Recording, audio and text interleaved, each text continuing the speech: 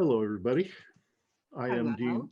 Dean. Hi, I am Dean Walker, and I am the official tech associate for this book study group with Tim Remple, who's helping us explore David Loy's book, Ecodharma. And we're at the next to last session of this biweekly series here in the spring of 2021. And of course, it's on Zoom. Everything's virtual. And it seems like it's been going pretty darn smoothly. But just in case for those who are watching the recording or everybody here, if there's something that's not going so smoothly, I hope you will feel free to reach out and contact me. My email address and so on is in the signature of all the emails, and you've probably got it somewhere by now, so please don't hesitate to use that. And I believe, Mr. Remple, that's all the logistics that are fit to print. So would you take it away? Sure. Yeah. Thanks, Steve. This is the last regular session of this, and maybe just a logistic announcement or reminder is the final session of this will be on June 9th. So it'll be not 2 weeks from now, but 3, because of the Labor Day, Memorial Day holiday in the United States. Excuse me. And in that session, David Loy will be joining us for the hour and a half. And I've talked to David about that, and he's excited. And he's actually done a couple of these where he's agreed to join a study group at the very end to talk about it. So it's kind of becoming, one of the aspects of his teaching world that's cool. That's cool. And he's, very excited to join us. And his suggestion was, in the time between this session, and he kind of knows the format, some of the logistics and all, to kind of really reflect on things and think about, sort of any question's a good question. And in a way, the harder the question, the more open-ended, the better. Because I think there's enough material here to really get into a discussion and stuff and kind of let it unfold. So what I wanted to do tonight was start this pretty much in the usual way, with just a couple of tiny tweaks on it. What we'll do is sit here for just a few minutes. And then I wanted to do a quick chant that I have borrowed, so to say, from Pema Chodron, which is appropriate from the point of view of Mahayana teachings. In the Mahayana, we observe certain disciplines, and one of them is about opening chants, and the other one's about dedicating merit, which I mentioned in the email that I sent out this time about that. And it's just a way of bringing your attention to the value of this and the preciousness of it and the opportunity that it unfolds. So before I ring the bell and start sitting for a couple minutes, I wanted to read you just 2 verses out of, I'll call it the Tao Te Ching. Some people pronounce Tao with the D instead. Tarl Lloyd Burton, one of the insight teachers in the Denver Insight Center, talked about this recently and turned me on to also the specific translation. That's a really good one. So, and it's a wonderful intro for sitting for a minute, as you'll see. The ancient masters were profound and subtle. Their wisdom was unfathomable. There is no way to describe it. All we can describe is their appearance. They were careful as someone crossing an iced-over stream, alert as a warrior in enemy territory, courteous as a guest, fluid as melting ice, shapeable as a block of wood, receptive as a valley, clear as a glass of water. Do you have the patience to wait till your mud settles and the water is clear? Can you remain unmoving till the right action arises by itself. The masters didn't seek fulfillment, not seeking, not expecting. She is present and can welcome all things. Empty your mind of all thoughts. Let your heart be at peace. Watch the turmoil of beings, but contemplate their return. Each separate being in the universe returns to the common source.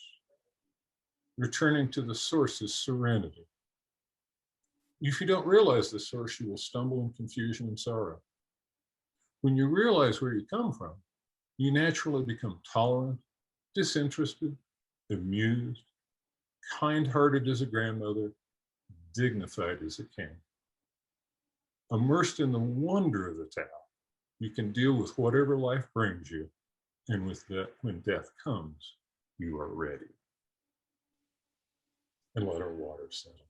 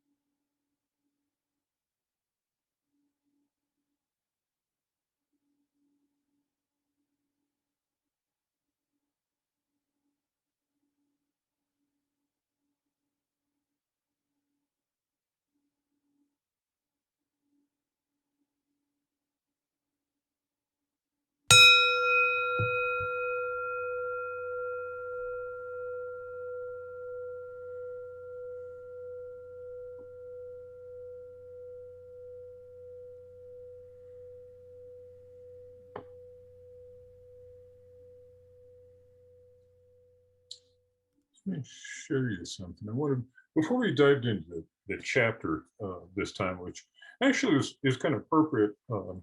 Ashley was talking about stuff she's involved with there in Ireland. And, you know, the what shall we do chapter really is kind of a question before us. But before we dive into that, I did want to do one final bit about meditation stuff. I'm going to get a screen share down here. Yeah, this. By the way, in case you care, show you. It's the Stephen Mitchell translation of the Tao Te Ching, and it's really concise and nice. And I looked at a couple other ones, and if you compare it, it's just, it's good. It's good. And Jim, was that what you read out of before the sitting? Yes, yeah, yes. That was verse 15 and 16. Okay, we've got it back. The basic sitting and a model of practice, and we've got you on the right-hand side. Super. Yeah, let me just talk through this real quick, and then, because what I wanted to, sorry about that. What I wanted to cover tonight was, you know, we talked about basic sitting, and this was kind of a model I've been playing with a little bit to try and figure out how to describe this stuff a bit. Because it's really, basic sitting is about following the breath. And we talked about last time about unified mindfulness, which is you can focus on the breath, which is considered feeling out or external versus like noticing your emotions, it would be feeling internal. So they overlap. Tonglen is really based on sitting because it's based on the breath. I put a little gap in there with metta because technically it's not quite so based on breath stuff, although to really do metta, you have to be calm enough to be able to do it, which is kind of like on the other side of the slide, wider embraces, I think of. It's not so much about explicitly following your breath, but the calming and coming into the present is similar. It's just that you're doing it in a group context, in a structured context, and that kind of thing. The one that's one on here that's haven't talked about, I want to talk about a little bit tonight, was insight. And in the email that first got sent out, what I did, let me see.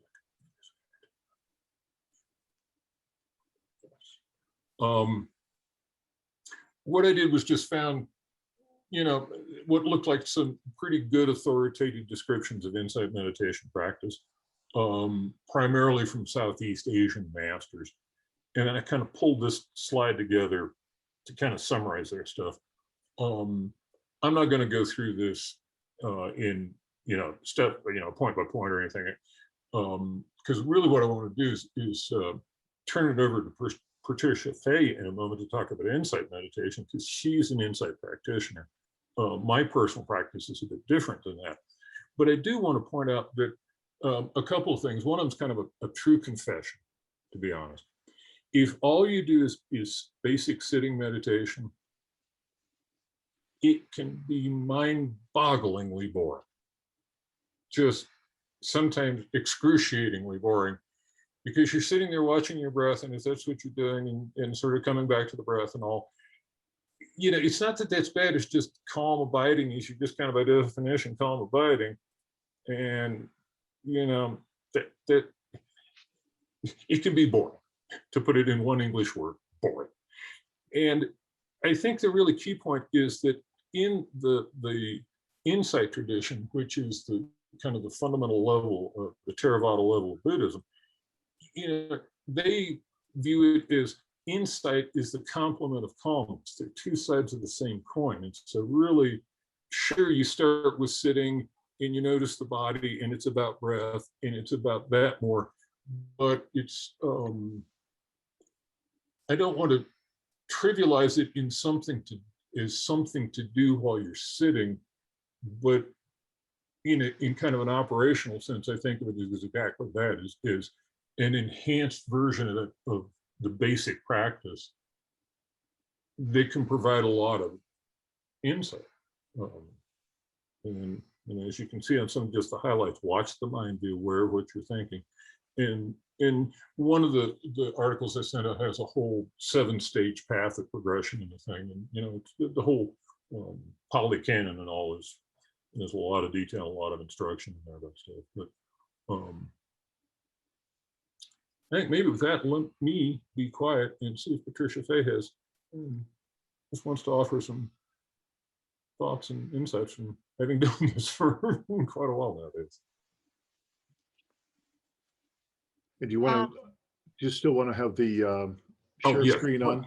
Yeah, let me drop this off.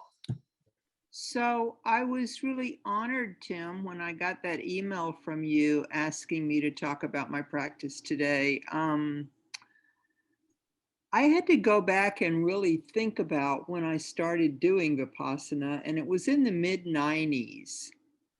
And there was a center. It was run by Vietnamese, and it was down in San Jose, California. It was called the Tathagata Center. And all the monks that were there were from Burma. They were strict, old school Burmese. You know, one of them carried a stick around all the time, and I was always so scared I was going to get hit. But I guess as far as transformation and enlightenment and that whole growth process goes, that started for me as a child. Growing up Southern Baptist in a really poor home in Mississippi, in rural Mississippi, and just really feeling like those preachers that were preaching fire and brimstone, that was not my experience. I experienced at maybe the age of 5 that there was a very loving presence. And it was in nature. We lived on a little farm, and I was the last kid in the family, and there were no other kids around. So I went outside a lot, and I went down in the woods. They called them the flat woods, and I could hide out from my mother. I did not like my mother. And I would hide from her for most of the day and just hang out with frogs and bugs and the horses and the pigs and the chickens and whatever was there. I ended up marrying a man who was in medical school, and he was a profound atheist, and he convinced me to go on that path for a while. We were married for 12 years, and I always felt, I tried it out. He's very scientific and all of that. And so, I tried it out, but there was definitely always something missing for me. And when I left him, within a year or two, the first thing I did was the S training. That was in 1978. And I've said something about Werner Erhard and landmark education and that before. And I know Dean has that in his background as well. I don't know if any of the others of you do, but that was my first big, huge wake-up call. That information changed my life. And it was more than information. It was actually an experience that I came to know on some level that I was responsible for my life, that I was not a victim, that there were no victims, that we had all created this thing. And so I started being, I probably was very off base with my interpretation of it. I had small children at the time, and they didn't get to be sick because they would come home with a cold, and I would say, well, why did you create that? And so there was very little compassion. I tried to be a trainer, an S trainer with my kids, and that was a mistake. I did some really bad parenting during those years, and I'm still forgiving myself, and the kids are forgiving me, and they're in their 50s now, for God's sakes, and we just keep getting better and better. But it was probably the mid-90s. I had done meditation. You couldn't help. I lived in Marin County, California. You couldn't help but be in meditation groups. They were a dime a dozen. But I had never done anything specifically. I had never been trained. And I went to this center down there, and the first thing I did, I mean, this is kind of how crazy I am. I signed up for a 10-day silent retreat, the first thing I did. And I had no idea that it was going to be so hard. It was brutal. It was horrible. I mean, I thought I would bolt a million times. I did break the rules. You weren't supposed to read. You weren't supposed to write. And I brought my journal and my pen, and it was in my car, and I would escape to my car and write and listen to the radio, for God's sakes, and just break all the rules. I even broke the rules about eating. We could only eat from, well, we had breakfast in the morning at like 6 o'clock, and then we had a noonday meal at 11, and then we fasted until the next morning when the gong would go off at 4:30. And the whole day was spent with an hour sitting and an hour walking and an hour sitting and an hour walking and an hour sitting and an hour walking. And you had to somehow renew yourself for every sitting and every walking like it was the first time. And there would be some brief instruction, you know, just before each one. And then every night there was a Dharma talk where these monks from Burma came in who didn't speak a word of English. And first it was translated into Vietnamese, and then it was translated into English. You know, I mean, it took hours to say anything. But I mean, the food thing, I was just going to tell you that little story because it's still amusing. I mean, I have always been very mischievous. I was mischievous as a child. I still have it in me. People call me that all the time. But I was hungry. It was, I think, the second night that I was there on this 10-day retreat. And I had been through the kitchen. I mean, it was a small center. You had to walk through the kitchen to get to other parts of the center. And I had seen where the peanut butter was. It was way up high. It was on the top shelf in the cabinet. And I couldn't go to sleep. I was so hungry. My stomach was growling. And I went in the kitchen. I got a stool. I climbed up on the counter. I took a spoon up there with me, and I stood there on the counter, and I ate from the peanut butter jar 4 or 5 good bites of peanut butter. I'm coming down and I hear something, and I look around, and the worst one of the monks, the guy with the stick, was standing over by the door, and he hit the stick on the counter, and he said something. I don't know what he said, but he said something in a very gruff voice, and I just bowed and climbed down and very meekly left the room. I got called in for an interview the next day, and you know, mostly he just wanted to know what I was noticing in my practice, if I was able to concentrate. And I did. I mean, Vipassana, you know, since then, I did, I don't know, a half a dozen 10-day silent retreats at that center over the years. And when I moved from California to Oregon in 2001, I haven't done anything like that since I've been in Oregon. And so I had to really discipline myself to do my practice every day. I mean, you know, I'm a very social human being, and before COVID, I was involved in 1,000 things. I always had 2 or 3 jobs, 4 or 5 volunteer positions, a ministry in the prison. I mean, you name it. But I always did. I mean, I always did at least a 20-minute practice every morning until COVID hit. Things have really changed this year. I mean, they talk about in Vipassana, they talk about that first off, you start out just isolating this 5 minutes or 10 minutes or 20 minutes, and doing your practice, which Tim talked about being, focusing on the breath, the rising and falling of the belly, and then noting everything that comes up in your mind, noting it, naming it, thinking, planning, imagining, and every physical sensation you have, you name it. And the naming of it allows the thing to disappear. Well, I have had some pretty intense pain since I started practicing Vipassana meditation.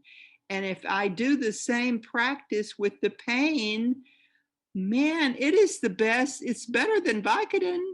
It's better. It really helps. So I've been able to transfer the value that I have obtained from the sitting practice into other areas of my life where concentration, first of all, intention. I think, when we decide to do something and it is our intention to experience this, it opens some portal so that the thing can happen. And so during COVID, though, what I was going to refer to is that there comes a time when there's a blurring that happens between your practice. This has happened to me, and just daily life, such that the mindfulness, the awareness, the present moment awareness, I used to couldn't keep that going for longer than my 20-minute practice. Now I feel like, more than half of the day I'm mindful, that I'm really existing in present moment awareness. Most of that time I'm alone. I'm at home, I'm by myself, I have a cat, that's it. And the cat loves to meditate. And so I really can stay in that kind of blurred place. And I guess the most exquisite thing that I have experienced from Vipassana meditation is, and I haven't had this that many times, but maybe the first time I had it was at one of the retreats I did at Tathagata. And then I've definitely experienced since I've lived in this house. I will be in the middle of a practice, and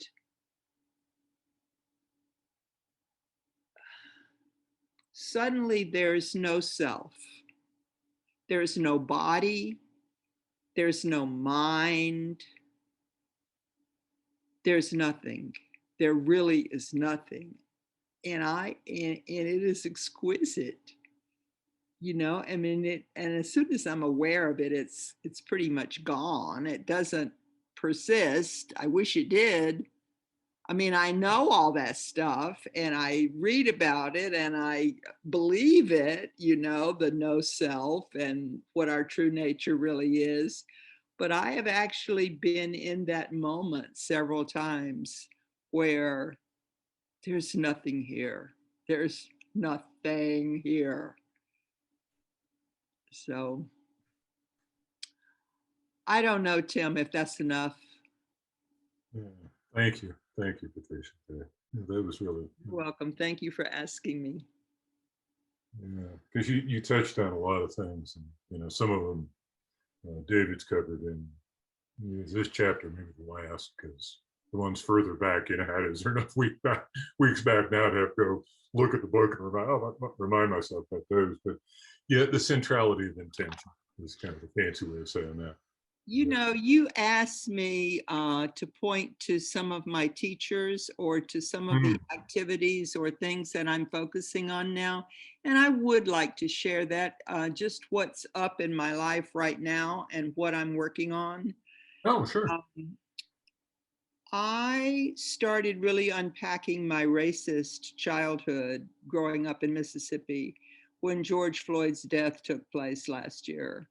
And I got very involved with the Black Lives Matter movement and all of that. And I started watching every documentary, every movie I could find about the civil rights era, 1964, I was in Mississippi. I was in college. I was a sophomore in college at Mississippi State in 1964. Freedom Summer, the summer those people, civil rights workers were killed, the whole thing. I have no memory of it. I did not know it was happening. I was in some kind of a bubble, and I was shocked. I mean, when I started watching these movies about that time and what was going on, I mean, the center of the Ku Klux Klan was in Philadelphia, Mississippi. That was 15 miles up the road from my house. I had never heard of the Ku Klux Klan until I was in college. I was sitting in a sociology class and the professor was talking about the Ku Klux Klan and how the home of it was in Philadelphia. And I raised my hand and I said, that is inaccurate. I said, I lived 15 miles from there. There's no such thing as that. He brought the book over, shows me the book. I mean, how could it wasn't on the evening news. My parents didn't talk about it. I knew nothing about it in 1964. So I'm still very curious about that. I've gone back and talked to my sister, who's 11 years older than me. And so she's still a racist. So I wasn't going to get much information from her. And my former husband, he was willing to talk to me about it, but he said, Pat, we were just racist then. We didn't care. We weren't awake to anything. And I think that's probably the closest thing to an answer I can come to. So I'm very involved with all of that as far as racial justice is concerned, transforming the criminal justice system. My daughter is a lawyer. She was the U.S. Oregon attorney for Oregon for 4 years, appointed by Barack Obama. She's just into this stuff so much. And so the other thing that I have really started to be involved with is a Sikh woman, the Sikh religion, Valerie Kaur. Valerie Kaur, Kaur. She is a civil rights activist and an author, and she has started a whole movement called Revolutionary Love. She wrote a book called See No Stranger, and I have been helping to facilitate book groups on that for the last few months. She has this it is a path for this country and the world, for that matter, to heal the gap between us and them, the separation that has always existed, that we separate ourselves from one another and from nature and from God, or if there is one, and all of that. So Valerie Kaur, I'll tell you another person I love to listen to right now is Charles Eisenstein. Charles Eisenstein's last book, Climate, A New Story, reminds me a lot of David Loy's book. I've just started reading it. Tim so generously sent it to me, and I think I'm not quite up to the chapter we're on today, but I will have it done by the time he comes and visits with us at our last session. Charles Eisenstein's book, Climate, A New Story, is a lot. As I'm reading David's book, to me, it's the same message about separation from the natural world and from one another. I'm working locally with the homeless people here in McMinnville, Oregon. We're starting a sandwich ministry right now because the one drop-in center that we had closed. And so we are working through the Unitarian Universalist. I'm a Unitarian Universalist person, and we're working through that fellowship to get this sandwich ministry started, because there are some days when these people don't have any meals. There's no source of anything for them. We have a population of about 35,000 in this little town and 1,200 homeless people. And so it's really a problem, and our city government and our county government would just rather not admit it. It's a Republican county, and they just it's like, not in my backyard, I don't want to touch it, kind of attitude. And yet then there's this pocket of us who are progressive and, want to do something, want to help, know that they're part of us. And so I work on that. And what else do I do? Who else did I want to tell you about? I guess Jack Cornfield, I know from Spirit Rock in Marin, and Theravada. I guess I should say that insight meditation, Vipassana, is part of the Theravada branch of Buddhism. But you know, I mean, I do metta and Tonglen too. I mean, I've especially been doing Tonglen recently for India and all the places, the hot spots in the world. And I can't do that for very long. I mean, 5-6 minutes is about all I can do that. And I just feel like, oh God, because you know, you're taking in all that pain and letting it go through your heart and breathing it out. And if I really get present to what I'm doing, I'm bawling my eyes out for the whole 5-6 minutes I'm doing it. And so it's rigorous. And so I don't know how long y'all can do that, but 5 or 6 minutes is about my limit on that. Let's see who else. Of course, Sharon Salzberg, I guess, is one of the first teachers of Vipassana. And I wanted to mention, as far as spiritual activism goes, Andrew Harvey. Oh my God, he's just written a new book called Radical Regeneration. He is the most effusive spirit. I mean, have you listened to him talk, Andrew Harvey? I mean, he is so on fire with possibility and the wonderfulness of it all and the new paradigm we're moving into. And if you want to get inspired and lit up, you know, listen to Andrew Harvey. Okay, that's probably enough. Yeah, I appreciate that list, because that's actually a good way to kind of segue into some discussion of the chapter. And I thought about this just a little bit, you know, prep for today. And like I did in the email, you know, I noticed I kind of tend to start from the end of the chapters and work backwards in terms of how I think about them. And you know, with this one, it's kind of interesting because where David ends up in the chapter is the eco-sattva path, which is essentially the idea, in my terms, that there's the bodhisattva path out of Mahayana Buddhism, which is like a big deal in the Zen world, as an example. It's also a big deal in the Tibetan world. And you know, in those worlds, it's just about that individual path, whereas David's whole point about all this is you can take those ideas, apply them to the situation of the world, you know, to the, you know, eco situation kind of at large, the whole collapse situation at large. And certainly that's something that Buddhism offers. It's something that we have to offer to share with other people. That's kind of one major thing. The other kind of cornerstone on that deal, though, is that the eco-sattva path has both an internal and an external aspect.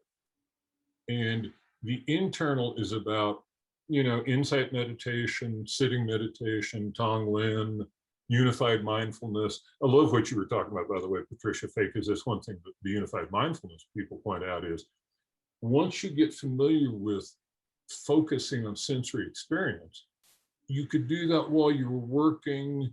You could do it. You got to be a little careful if you're driving, but with a little practice and a little care, you can do it while you're driving. You can certainly do it not just sitting on a cushion. You know, it can permeate out into your life more than that. I think it's actually probably good to do it while you're driving. I mean, that's one time when you really need to be mindful. Oh, yeah, exactly, yeah.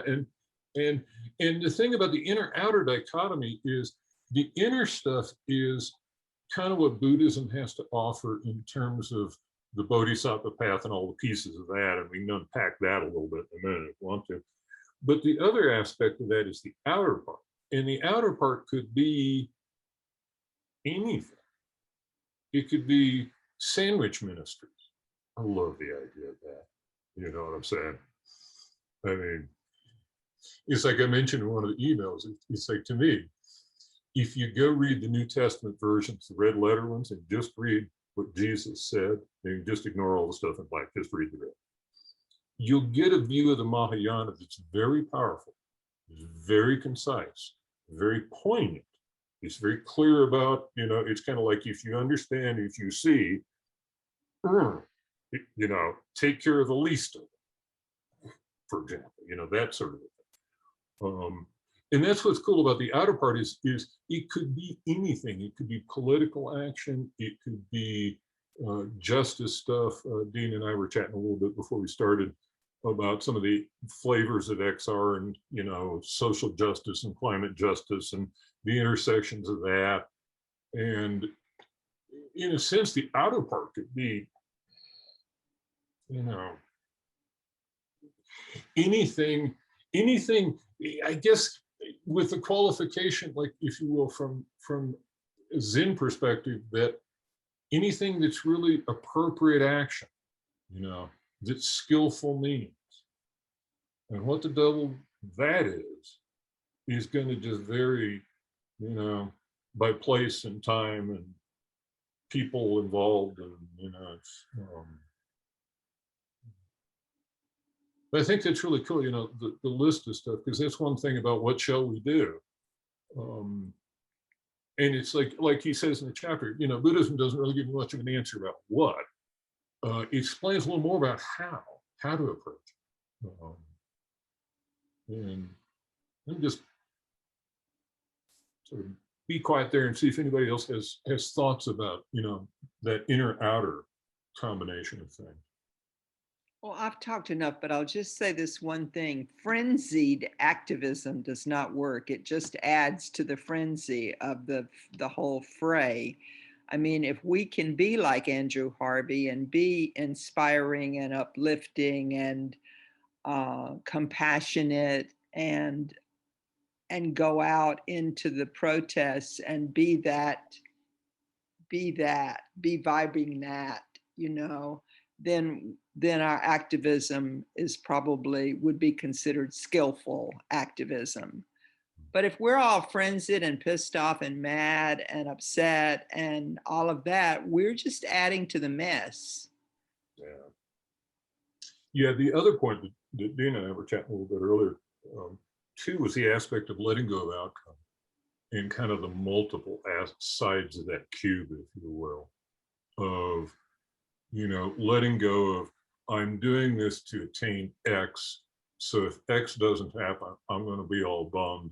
And worst case, I'm going to be so bummed, I'm going to drop out of the movement, and maybe I'll get depressed for a year or two, or whatever, whatever the story ends up being. Taking it personally. Versus detaching from the outcome and just doing it because it's appropriate action.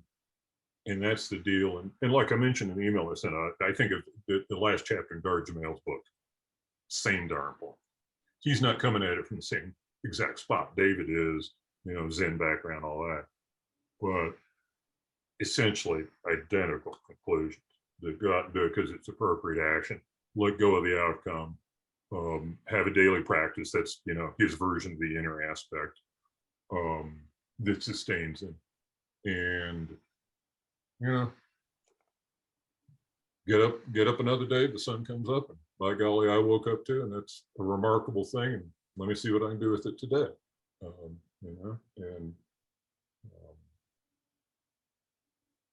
That part I think is really letting go of outcome that way. And also your point, Patricia Fay, too, about the anger and all of that is sometimes with activism, if you don't have the other side of it, you're so bought into, or you're so identified with being a champion of X or being an opponent of Y. Right. And you're so attached to that. And that's another kind of that letting go of the outcome is kind of just, let go of that a little bit and open up a little bit. If nothing more, it'll drive you crazy less being an activist. Because it's back to, if you're real tightly bound to it, oh man, I don't know. I've seen people, and I've seen things in XR where they can just get off the rails and just really kind of astounding ways. I have to say that that part, really kind of, I'd like to say, kind of blew my mind in a way, because even though I bring a lot of mindfulness and that's sort of element into my practice, I hadn't really considered the inner and the outer before. And if I am honest, I would hit burnout quite a lot of the time, not through anger, but I think this desire or kind of, I suppose it was a need to change or fix the world in some way. I suppose, yeah, that you can step into that role as an activist where the action is just, and the result, well, for me was in a sense one of the same. So I read that part of that chapter over and over and over again, because it didn't make sense at first. Well, it just baffled my mind in a way, but the more I read it, the more it made complete sense. But yet, kind of in one way, going back to the chapter before, and that idea of like, is it too late, or what is it that we're supposed to do? I still find it quite difficult to grapple with that part, in a sense. That I do agree that we can only do what we can do right now in this present moment, and we don't know what the results can be. But yeah, I don't know. I'm still letting that one percolate. Yeah, I appreciate you saying that, Ashley. Yeah, because I know what you mean, in that desire to fix things, or that real deep-seated wish that you wish for or long for, that things were different. But I don't know, that one's a really tough one, because another kind of inner and outer, and I don't know if it's in that plane, so to say, or sort of as a third dimension going another direction on the thing, is about grief and some of that kind of stuff. And that could be a piece of all this too. Attachment is one of the hardest things for me, because I often don't know I'm attached until there is an outcome, and then I'm devastated. And then I realize, oh shit, I was really taking this personally. I was so attached to this, had to go one way or the other. So yeah, I work on that. Yeah, that one's tough too, because it's, I think part of it, to me, is the whole thing too of like, the popular term that is reification, making it solid, instead of realizing it's a process. And so if it's a process, the good news is there's no permanent losing. The bad news is there's no permanent winning. It's a process. So, and it's all a function of so much interdependence that even if I win today, I don't know that I'm good enough being a bookie in Las Vegas to be able to say what the odds of winning tomorrow are. It's just, who knows? Just, You're smiling, Gavin. Yeah, Gavin. Please. Yes, yes. So you're talking about the winning or not winning, and being attached to the outcome. And that feels to me like that is really kind of the way we're trained in sort of business as usual, or in the world that we live in. We are trained to think that way, that there's a winner and a loser. And it's very hard to step out of that.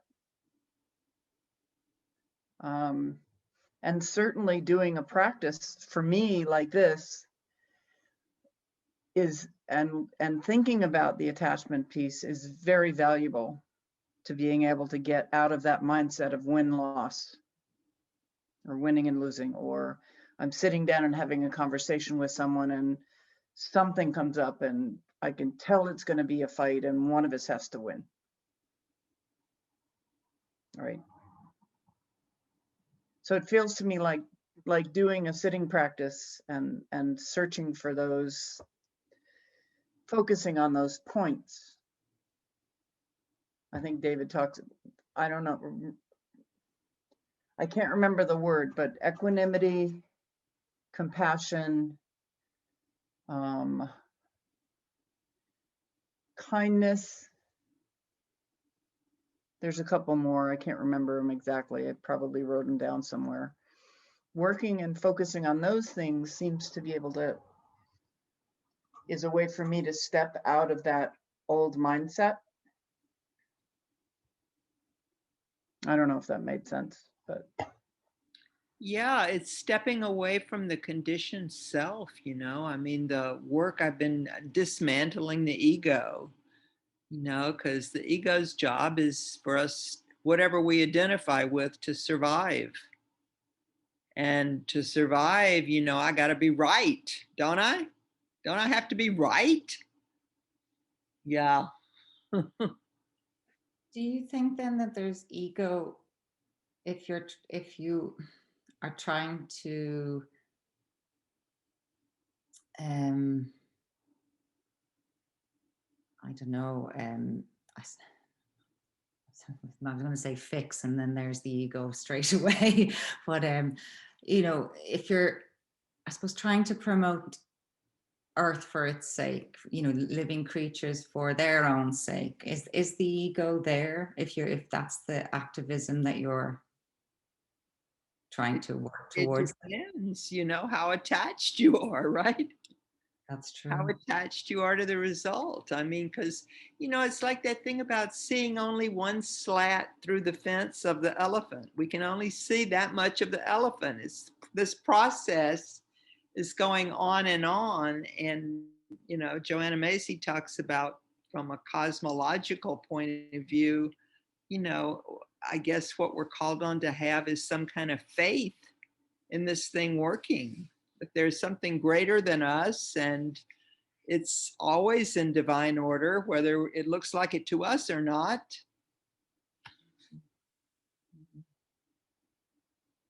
That helps me to detach a little bit.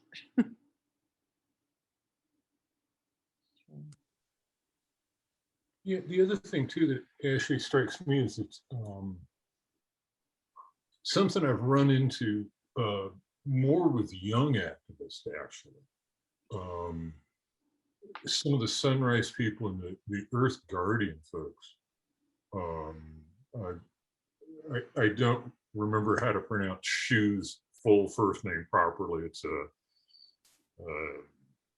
Mayan or Mexican.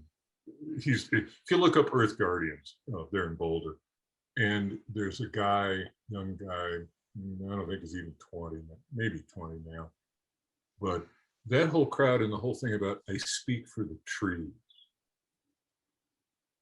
and it gets to me really, really heartfelt and really devoid of ego, in the sense that instead of worrying about what I want,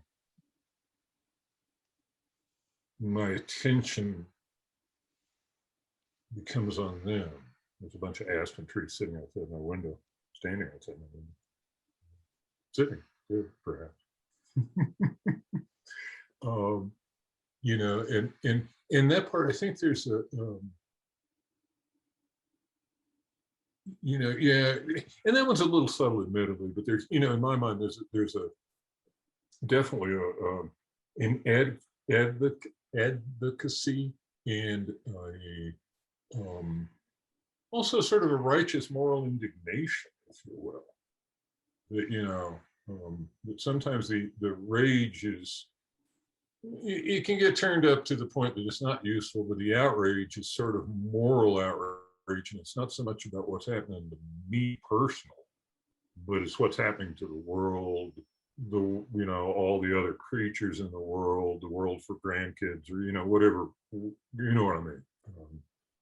And I think that part's a healthy thing. Certainly the concern, the compassion. I think the challenge is, like with a lot of stuff, combining the wisdom and the compassion, because otherwise you end up with what the Tibetans called idiot compassion, which it certainly intends to be useful. It's just, how this is. It's like sometimes so stumbling and fumbling that instead of being useful, it steps on people's toes and knocks people over. And sometimes I'm like that. It's like, there's a little more skillful, it might come off better, but because you know how that is. Sometimes it's like you try to be helpful by telling somebody something. And if you're a little wiser, once in a while you think about it just a tiny bit more first, and you decide, why am I telling it to them? Who are they? And what's going to make sense for them? And get around into that empathetic view of thinking about them instead of just thinking about me. Valerie Carr says that wonder and curiosity is the big opening to revolutionary love, to wonder about our opponents. Wonder, how in the world they got to be the way they are. Oh, yeah. Wonder what their childhood was like. What happened to them? What are they afraid of? What is it like to be them? Oh, yeah. Yeah, there's definitely in the Mahayana, there's some stuff, especially in Tonglen, about that. That at least I think it was coming from that end of the world. Yeah, it's like if you can expand your compassion enough to include them, people you disagree with and that kind of thing. In fact, in some of the Vajrayana practices, the visualization practices, you have these big assemblies of things that you put the people you don't like right up front. They're right in your face. Everybody else that you love is a row or two back. And they deliberately teach you to do that in the visualization. Put the people, the former occupant of the White House, some of the people you really love, right up front. Because I have had thoughts like you're talking about, Patricia, that you wonder, sometimes in a moment you go, wow, what would it be like to be you? What would it be like to live your life? Well, and Valerie Carr also has taught me that there's a time to be on the front lines. And there's a time to lick your own wounds, to tend your own wounds, to drop back. I mean, if you've got a knee on your neck, it's not time for you to be protesting. It's time for you to do what you need to do to survive. And so we go in and out of those places of activism. I know I do. And I used to make myself wrong if I wasn't doing anything, but now I've learned to take care of myself when I need to take care of myself and not be on the front lines. It's like the geese flying across the sky. There's one leader and they keep changing positions. The rest of them honk while the one leads, and then that one drops back and honks while somebody else leads. We can't be out there all the time. Oh, yeah, and that's where, at the end of each of the chapters are, sets of quotes and David Loy quotes, as you can tell. And one of them that sticks with me out of this book is the Bill McKibben one about what should we do individually? And Bill's response was quit acting individually. If you're trying to do it solo, Lord knows that is the hardest possible way. Yeah, and it doesn't work. I mean, the probability of success is, that's where another quote I love in there that you mentioned somewhere too, that is like in a city council kind of thing. If you're the one person squawking about something, you're a kook. If it's two people, they start to kind of look at you, and maybe it's just two of you that are kooky. when you get 3 or more showing up, now all of a sudden, oh, we better pay attention. And that's where I think a piece of what shall we do, it really is that we part of it too, is figuring out a we, and trying to stand up organizations, and Lord knows that is just supremely hard, at least from what I've seen. But I think the good news is we keep learning from experience. It's like it's kind of theoretical, but if we had to start over with XR in the United States as of tomorrow, I think a lot of people involved over the last few years, there'd be a surprising consensus, almost more on the side of what we don't want to do again, mistakes. I maybe can't tell you how to make it successful, but boy, I can tell you where some real potholes in the road are, and at least in that sense, collectively we're learning. I hope. Let me just real quick kind of switch gears just a tiny bit. I want to check in this chapter because there was, the end of it is about the eco-sattva path and inner and outer and all that, which I think is really good stuff, and is not so specifically Buddhist. The kind of that's built on top of the Bodhisattva path, which is really kind of the path through the Mahayana and beyond. And that's composed then in terms of some things. And I just wanted to double check with folks if you had any questions about anything in this chapter, because it gets into some fairly heavy stuff. I don't know if it's exactly heavy, it's not precisely philosophical, but like the Brahma Viharas, for example, the divine abodes, or what I'm used to calling as the four immeasurables. That, like I mentioned in the email, really predates Buddhism. That's actually straight out of Hinduism. So a lot further back, but that is those abodes as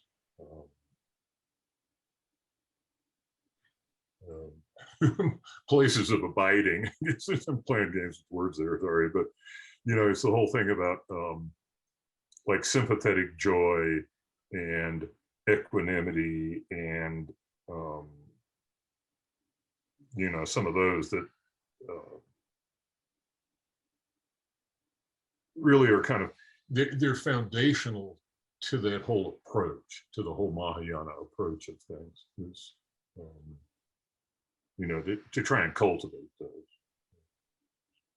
I think is a key piece of it.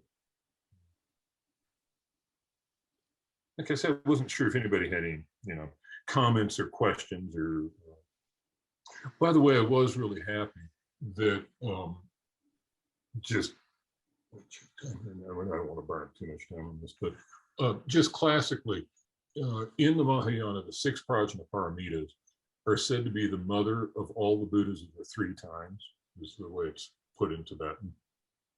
Which, unpacking that, what that means is there's no way to Buddhahood other than through that path of the 6 prajna paramitas.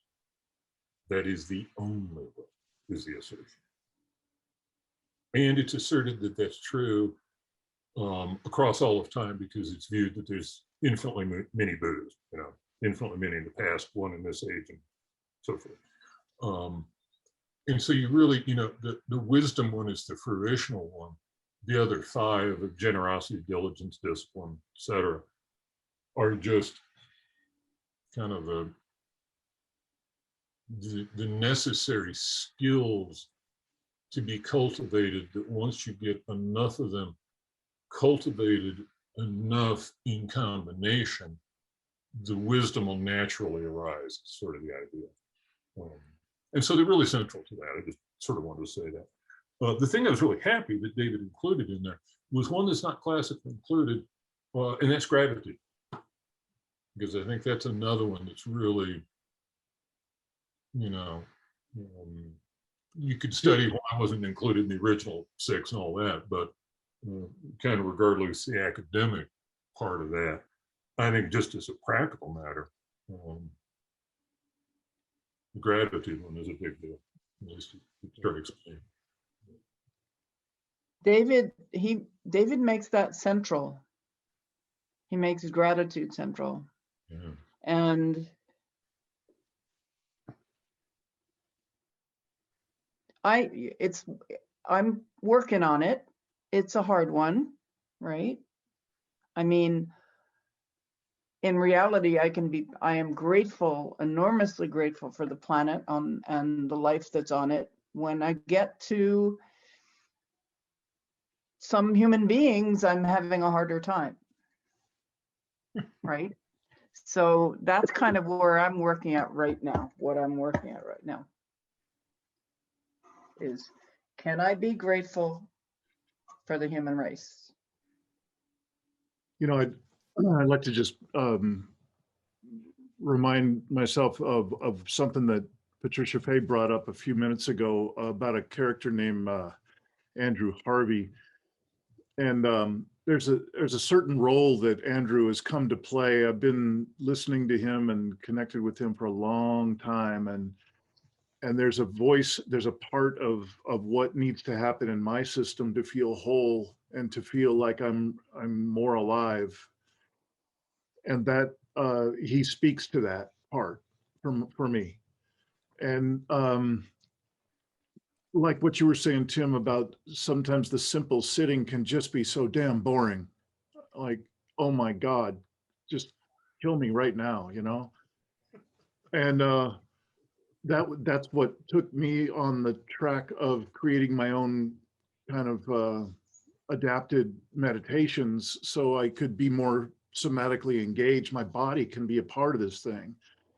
And there's a few characters that have really contributed to that. And one of them was the bunch of folks that created dynamic meditations that were both a combination of very breathy, very vigorous activity, focused activity, but it was out of control, just on the edge of out of control, to really activate my system.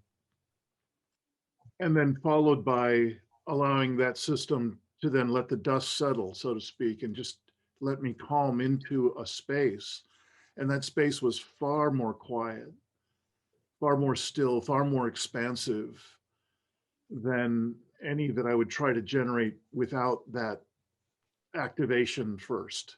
You know, so it's not the only thing that I've done, but I've found over many years of doing that kind of practice that it touches into the energy. The only way I've ever really been able to describe it, because I really don't know what it is like a mother lion. If somebody is trying to take her little baby lion away, she'll just kill that thing, just scratch it, attack it, bite it, whatever it is. And she's not angry. She's not doing that out of anger. There is an impulse. There's a upwelling of life that is such, in the words that Andrew often uses for it, is a fierce grace. There's just, and there's a rage, and there's a sacred rage in it. And it is, again, it's not anger and it's not violent. It is a natural expression of life, forwarding life, protecting life, engaging with life, exchanging with life. And so I wanted to bring these things up because I'm so relatively still new after many, many years of just having my toe in the water with Buddhist practice and other more contemplative, quiet practices. I have been grappling with this for a long time because it doesn't get encouraged much.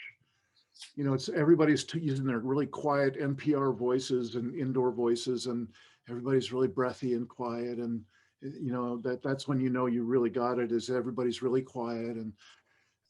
And there's some shit that's going on in life that isn't so quiet. And it is not violent, and it's not angry, but it's vibrantly fucking coursing through my veins alive. So I wanted to say it, and thank you very much for hearing me, and I'll stop. And I just hold this in a little, it's still in a little bit of conflict, because I don't mean to be a troublemaker. I don't mean to be kind of putting a crease in something, you know, where we want to smooth it out. But I guess I have this need, and I'm wanted to speak it and share it with you. Thank you. Oh, thank you. And, Good trouble.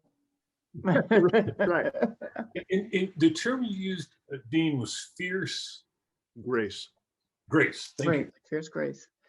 So Dean and everybody, I'm thinking of, when you talk about dynamic meditation, I'm thinking of Osho Yeah. and the too. heart practice, the movement me too. practice, and Yeah. Thich Nhat Hanh also has a movement practice that's a meditation. And I've experienced both of those, and I'd forgotten about them. So thank you. Yeah. Sorry, Gavin, what was it? The heart practice by who? Sorry. Who did you say there? The heart practice? You said a name. before. Osho. Osho. They're in India now. I don't want to get into the backstory, but if you look up Osho, it'll come up. And they have, I want to say Karuna, but I don't know if that's the right name. In Buddhism, one of the movement meditations besides walking meditation is prostrations. Ah.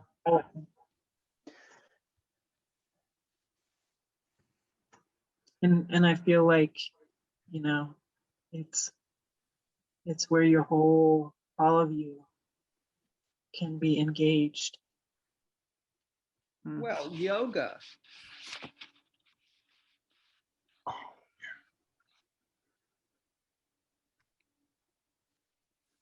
Tai Chi. There's also just a tremendous amount of the kind of activation of the system that I think we're all talking about in certain kinds of breath work. You know, that within a certain range of it, it seems unanimously valuable for people to engage in it. And there are extremes in which that's a little less useful, perhaps for some, but there's a big chunk in there where a person can come away very much enlivened. Pranayama,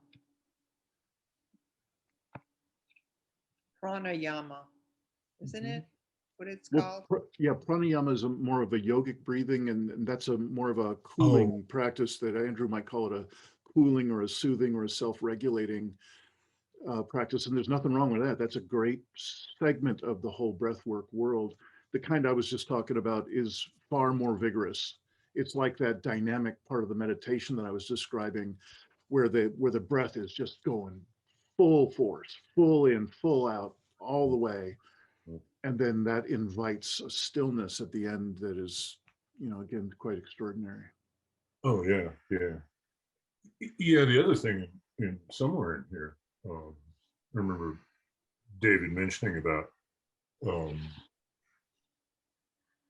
you know, the whole thing about running was the example, if I remember right, he used in the book of, you know, marathon runners and people losing, you know, themselves in the running and the act of running, and that becoming the whole thing. And yeah, you can have all kinds of practices like that. I mean, I'm a big skier, and if I'm by myself, the one I do is mantra practice. It's recitations of stuff on the lifts when I'm by myself, and then when I'm skiing, it's just turn that off and just beat it, and just sit and alternate, you know, back and forth, you know. Yeah, and it's interesting that the settling of sitting on the lift after cranking hard down the slope, especially if it's something, you know, pretty tough terrain, is interesting. You know, that whole, like you're saying, that dynamics of that, and that whole body aspect of it in breath work and out that direction is like there's a whole rich field of stuff out there of, you know,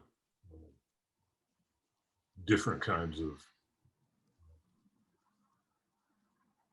I think of it as combined breath in a general sense plus other things practices, you know. That in the sense that you can get heart stuff going, you can get mind stuff going along with the breath and along with the body. And I think that's, to me, that's interesting. It's and it's a bit different from what I've seen, and I'm by no means an expert, but you look at like Bikram yoga and some of those sort of things that are more posture-based kind of stuff. It's body, but certainly not kind of the breath and energy activation you're talking about necessarily, Dean, because it's so structured in a sense. And you do this posture and hold it this way, then this one next, and the 95 in sequence, and or whatever the number is, and you always do exactly those in exactly that order, at exactly that pace, which can be good, but the kind of stuff you were talking about, I find fascinating. Yeah, that if you get enough, energy going versus the stillness, and it's that contrast that can be interesting. Ecstatic dance. Uh-huh. Mm-hmm. And just collapsing in a heap. You're just so given so much. It is truly a joy to be alive. It is. In such splendidly disturbing times. I can't This, get to that point, Patricia, I have to say. yeah, I know what you mean, Ashley. Sometimes I'd be willing to be a notch more boring. I mean, I understand the old Chinese curse, man. You live in, Interesting times. Yeah, but it's like sometimes maybe just, a little more boring would be kind of, I'd be good with that. Oh, hell, don't you think we stood in line for eons to get to be here now? I mean, I just want to be mindful of time here. Can I just go back to the marathon runner for a minute and going back to the inner and outer? Because again, I what I was getting from what David was saying there was obviously the marathon runner is in the present moment. But in my head, I was thinking, but the marathon runner is still always trying to get to the end, even though he obviously has to be in the present moment. And that's where my conflict, I suppose, between that, not trying to have a result at the end. Because to me, the example of the marathon runner was, troubled me, because they're always obviously trying to get somewhere, surely. Mm-hmm. Trying that out. maybe they're just running. Yeah, maybe. Yeah, and I think a piece of it is, and I'm not a runner, but what I understand is it's like kind of a middle 2/3 the way through. You can get to that point where you just are the running and you're just kind of lost and you're just going along with the crowd. And you're so much more mindful of what's going on with you and how fast you're going, and that kind of more moment to moment concern. But I'm sure, at a certain point, thoughts start surfacing about getting near the end of this and completing and all of that. The one thing I would observe, though, about, and I'd point out that is kind of interesting about it, is in a marathon, they run in waves, but it's not like a sprint in the Olympics where you're directly competing person on person or 5 people across the lanes and whoever's first and whoever's second. You don't have that sense of competition in there, because I don't know your exact time, you next to me, and you don't know mine. And, it lessens that degree of just kind of, horns locked versus horns locked kind of, direct kind of competition thing, which maybe helps a little bit let go of that. I'm just speculating here, because if you're in a really competitive kind of situation, perhaps it's a little bit just intrinsically harder to let go of the outcome because of the competitive nature of the thing. You know, in the work that I put together that Gavin and Tim both are part of on Wednesdays. What I've done is to bring together as many of the powerful tools and practices and lineages that I've experienced and bring them to offer to other folks. And one of them that comes to mind right now, their main focus, it's really it is all a woman's oriented body of work. They've just been nice enough to include me in some of their practices, but it's for women. And one of the core pieces for them is to become in as close to entirely internally referent as possible. That our business as usual world has us deploy our attention out into the world to then be able to reflect back, how am I doing? I'll look out there. Like that, how am I successful? I'll look out there. And there's an extraordinary shifting that I experience. If you'd like, there are a number of women that I've interviewed from that lineage on my podcast called The Poetry of Predicament, which is a YouTube channel. And boy, I'll put one in the chat before we go. Anyway, they're extraordinary, and they just shows up in subtle ways in the conversation that I believe that you will see quite easily, all of y'all on the call, and I think that's an important piece to somehow put in. If we had a few more times that we could be in conversation and we could start to articulate some more of the elements that seem at play, like how do we deploy our attention and how do we discover what is actually true in my experience right now? Where do I look for my truth? And perhaps it's very different for us here in this circle, but certainly for the rest of the world, you know, social media and just the way it all is we are externally referent and we're saturated in it. And that's extraordinarily disabling. It's disempowering at the core. So enough. So thank you for listening. But I'll put an exemplar of that in if you'd like to watch it. It's great. She's amazing. Please. Yeah. Thank you, Dean. Thank you for bringing that up because it really is important. But, yeah, we're just so conditioned to looking outside and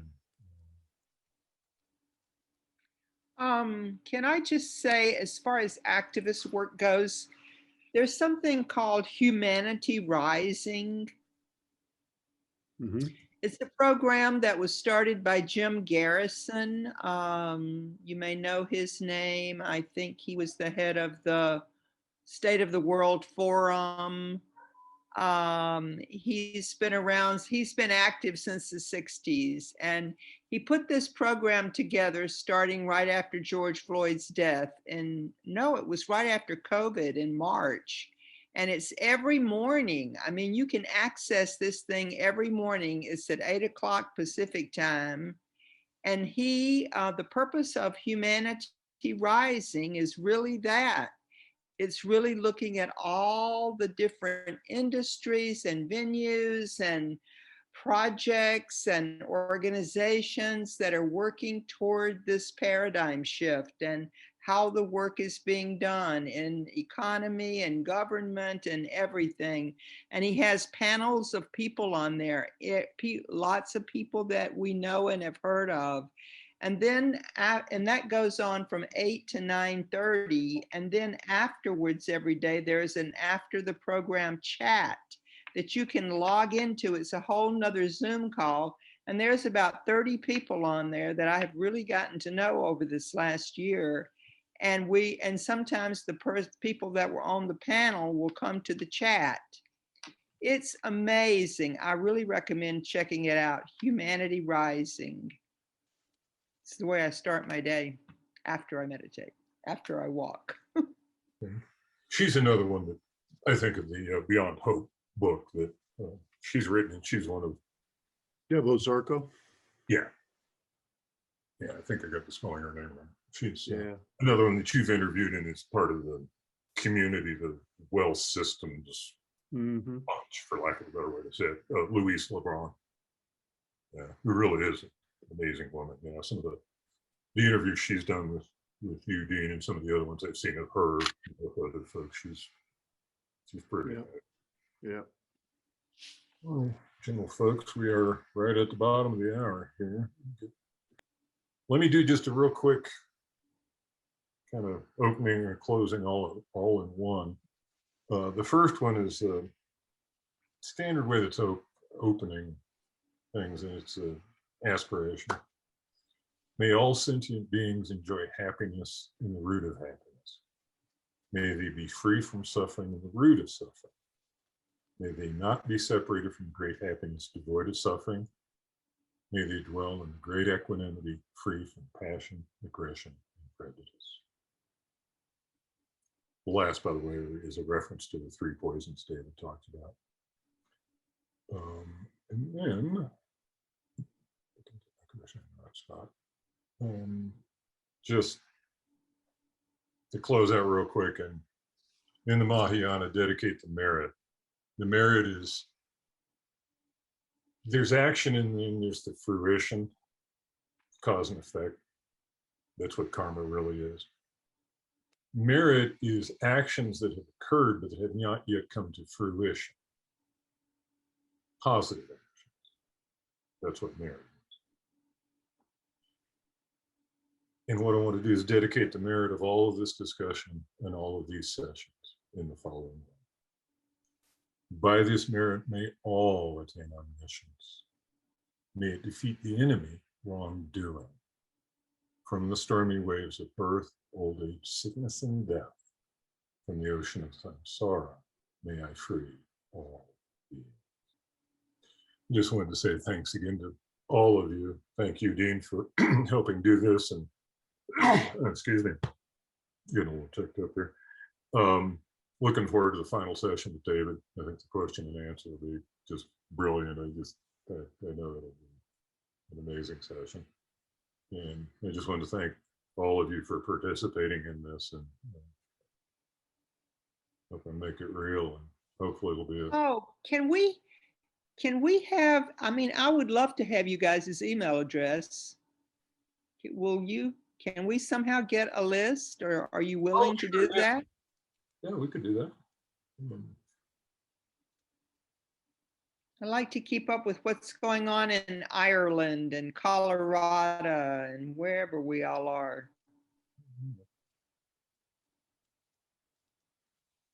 So who has all the email addresses? Dean does. Is everybody willing to have them be shared? I am. That sounds great. Thank you. Yeah, that's an awesome idea. Yeah. Just I think, yeah, across, both sides of the Atlantic, and,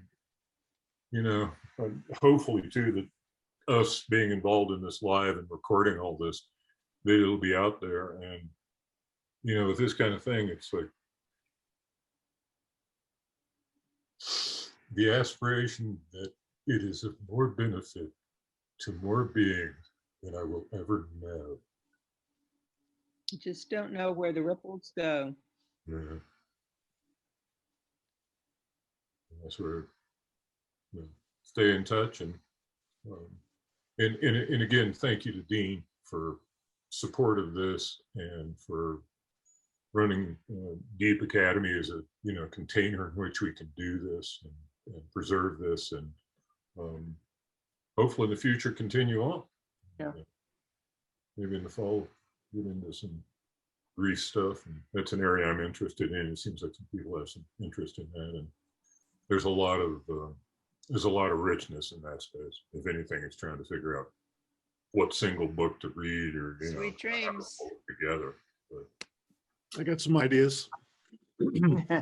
I also have a possible in with Francis Weller, who's easily Ooh, my most substantial mentor in the field of grief, and I think he'd be willing to come and like David is at the last session, or maybe more, check in with us. Oh, that would be cool. that would be He's amazing. something. He's just something. Yeah. Y'all, thank you very much. It's so great to see your faces, and I feel so shifted out of this session. Thank you very much. Yeah. Thank you. Everybody, stay well. Thank you. See you in 3 weeks. Yes, 3 weeks. Yep. Got it. 9th. Take care.